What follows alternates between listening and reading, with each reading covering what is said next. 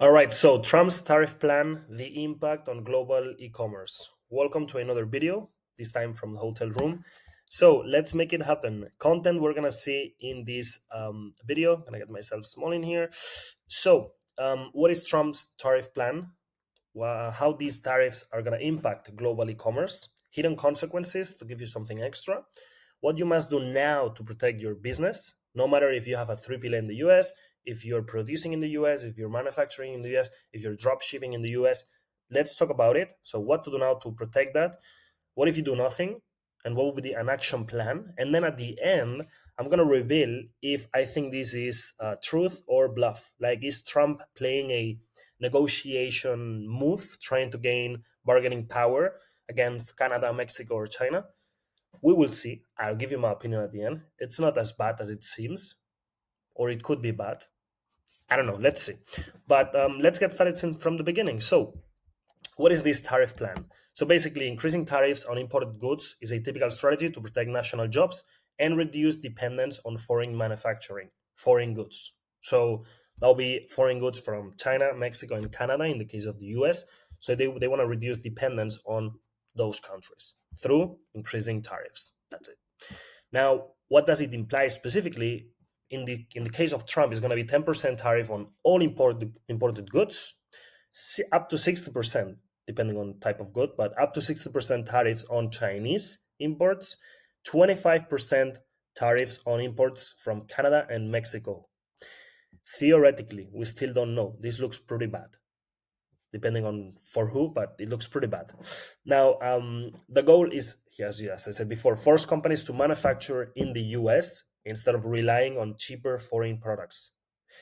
This means you have higher costs for businesses that import goods, especially in e-commerce, leading to increased prices for consumers. So long story super short, these tariffs are going to be carried out by businesses to the consumers, or some businesses might be willing to suck some of these extra cost, absorb it internally.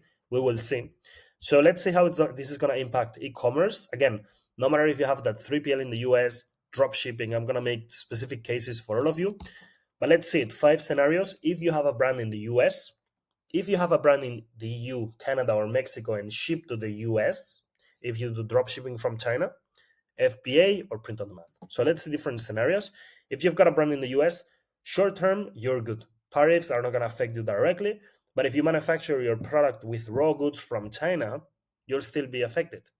So, and on the other side, if you sell to Mexico, Canada, or Europe, or China, those countries are going to retaliate.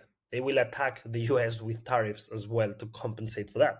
So, yeah, you might still be affected. So if you have a brand in the EU, Canada, or Mexico and ship to the US, big consequences potentially. So any product coming from the EU, Canada, or Mexico equals high tariffs. So either you will absorb the extra cost and lose your margin, or you will have to increase your prices and lose conversion rate. So let's see what we do. I'll make the plan in point number 4, I think it is. So just stick to the till point number 4 to see the plan. If you're doing dropshipping from China, this might be the worst case. It's going to be 10 to 60% cost increase on imported goods from China. I don't know. Unpredictability in supplier pricings. Let's see how Chinese factories are going to react to this. They will adjust prices. I don't know. This looks quite confusing to me. And also, if you see it here, customers clearance gets tougher, we're going to see slower shipping, higher costs, delays. I don't know. This looks like the worst possible scenario. In terms of FBA, I don't have a lot of people from FBA, but it's worth just mentioning. If you import private label products from China, your costs are also going to skyrocket due to tariffs. And the fees from Amazon itself might go up and basically increase the cost, the pricing, to basically deduct these import duties. So, two negative effects. So eventually, you see it here, lower profit margins due to the import duties on products sold by Amazon, or Amazon fees will increase if their logistics costs increase. So, yeah, not too good. Last case, if you're doing POD, businesses using international manufacturers, if they are from China, higher production costs, Um, Again, even if this would be in the US and it's just using the raw goods to enter the US are still going to be a high tariff. So it's not just the final product. Digital products, nothing. You're good. Okay. So it's just affecting the margin. Let's talk about hidden consequences no one is talking about. So while everybody's focused on the obvious price hikes, there are deeper, more surprising effects that could reshape global commerce, supply chains, and even advertising costs. So let's see it. Let's see first the ripple effect. So I'll give you here a super simple example of price increasing due to tariffs. So if you've got this initial product in China, let's say unit production cost is 25 cents. Once it reaches the um, the warehouse from Nike, in this case, their big offices in, let's say, the Netherlands, the unit cost is $1, and then the final price is going to be $20 with the logo, with everything. Let's say this is the case, just to make up the example. With the tariffs, so from China to get to the, no, let's say this is the US. Otherwise, the Netherlands doesn't make sense. Let's say this is in the US. The unit cost all of a sudden is going to be 30% more expensive. So 130. And then Nike in, I don't know, in Nevada is going to be like, no, we are not tolerating this loss in margin because we have to pay 100,000 salaries. So yeah, no way. And so the final price is going to go up by 30%. This is the first consequence. We're like, yeah, it makes sense. The price goes up. Yeah, it makes sense. Okay. Then we've got this freelancer, website designer, that says, man, these t-shirts are getting more expensive. I could buy 5 per year. Now, I don't know, it's crazy. I cannot buy so many anymore. I need to start charging more per hour. So $17 is not enough. Let's go to $22. And then he goes up in price. Okay. And so the headquarters, this warehouse in Nevada, is like, damn, these freelancers are getting more and more expensive.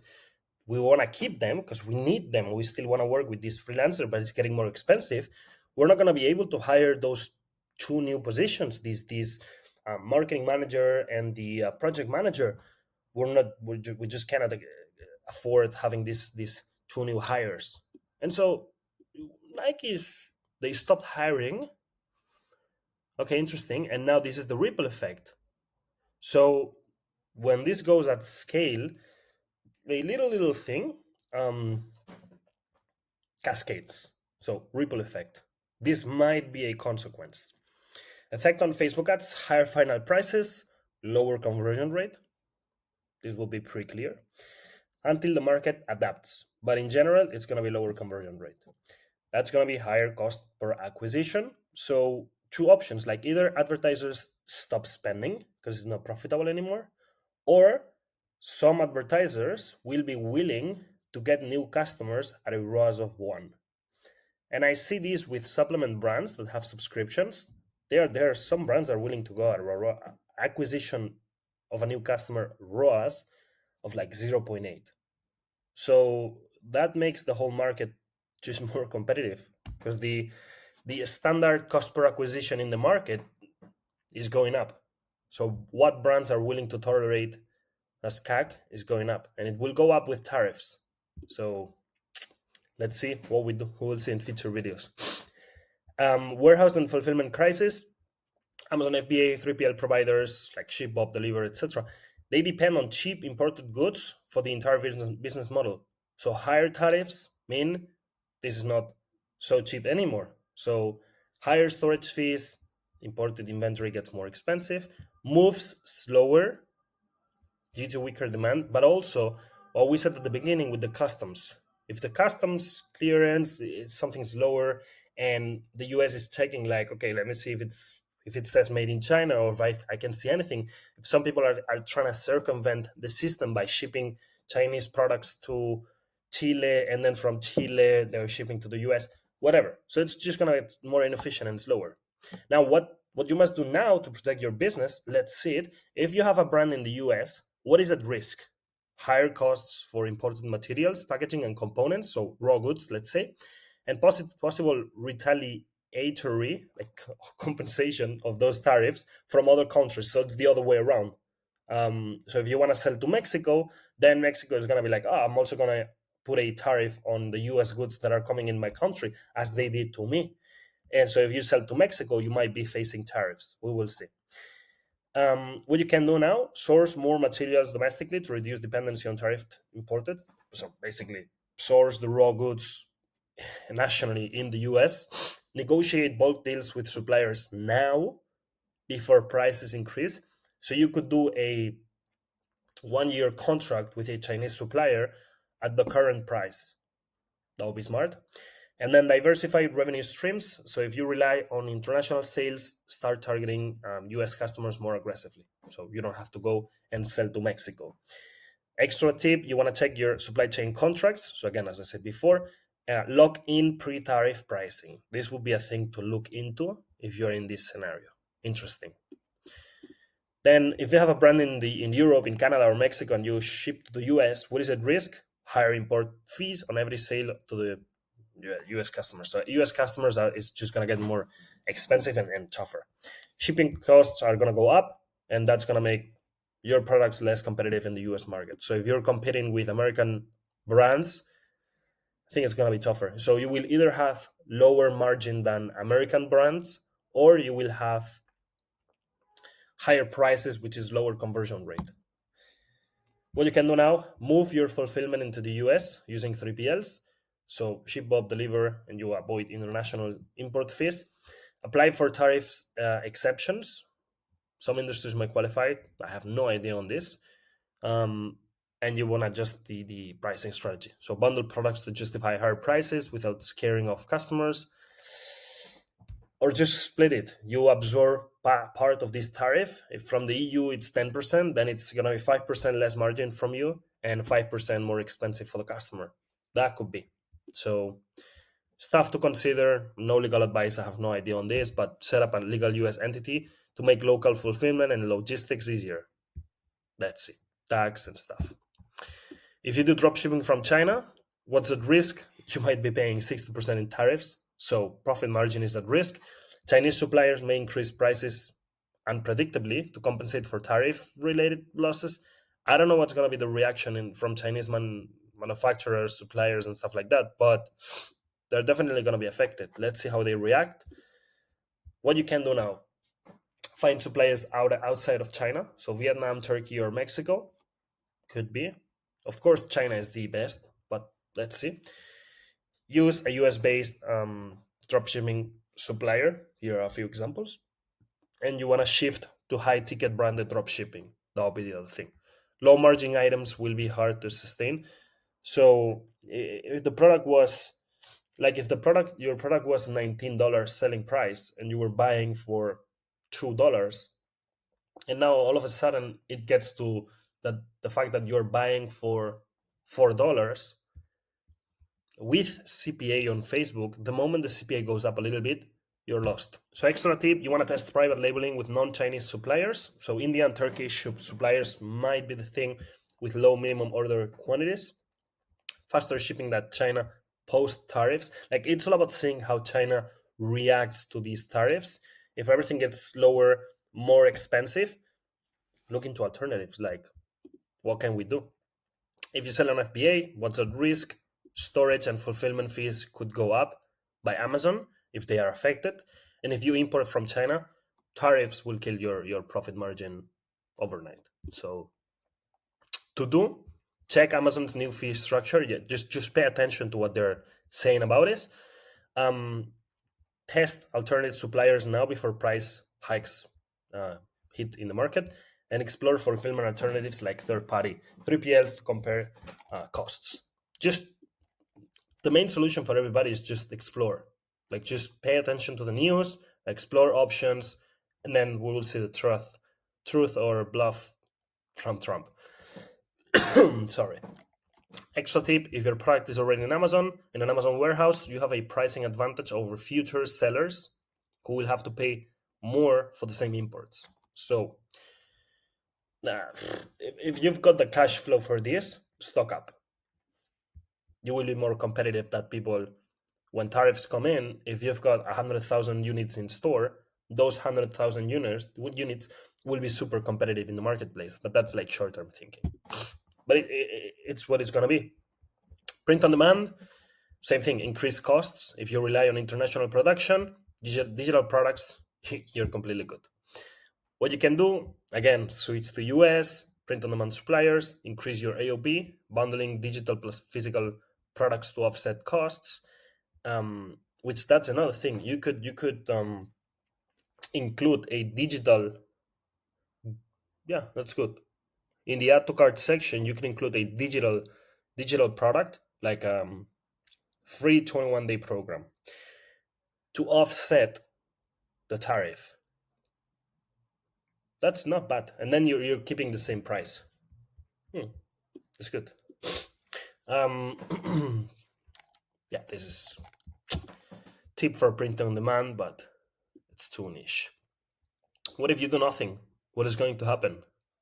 So product costs are gonna go up, and they're gonna eat your profit margins if this goes into effect. If you cannot absorb the cost, which is the majority of the cases, you're gonna have to increase prices. Customers might not be willing to pay more. So will they buy from your store? We will see. Ad costs might go up, conversion rates go down, it is more expensive to get a sale, and some advertisers with 1 billion in venture capital, they are willing to go at ROAS 1. Let's see. Suppliers increase their prices, and where can I source? I did not prepare for this. I just have to keep on ordering for this from this supplier that is now more expensive. Okay. Warehouse and fulfillment, these costs are probably going to go up. Everything's going to get a little bit more inefficient, maybe slower. I don't know. Competitors, people that are prepared, that are willing to tolerate these slow 6 months because they prepared, offering better prices, supply stability. It's all in the preparation. The action plan, and then from there we're going to go into truth or bluff, and I'll give you my opinion. So last couple of points in the video. The action plan, super simple, and this applies to everybody. This is what I'm gonna do, or what I hope my clients do as well. Audit your supply chain. So you want to identify which parts of the business rely on imported goods. Man, I guess I need my coffee at this point.